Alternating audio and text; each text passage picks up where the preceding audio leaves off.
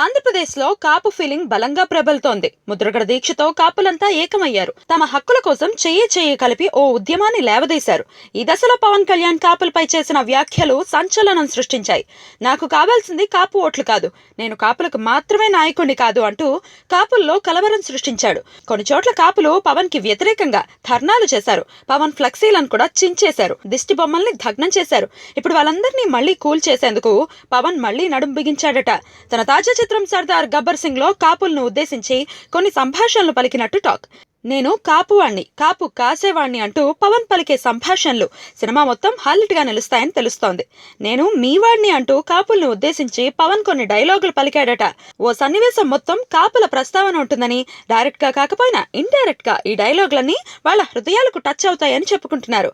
మరి ఈ డైలాగ్స్ తో కాపులు శాంతిస్తారో లేదో తెలియాలి అంటే సినిమా వచ్చేంత వరకు ఆగాలి.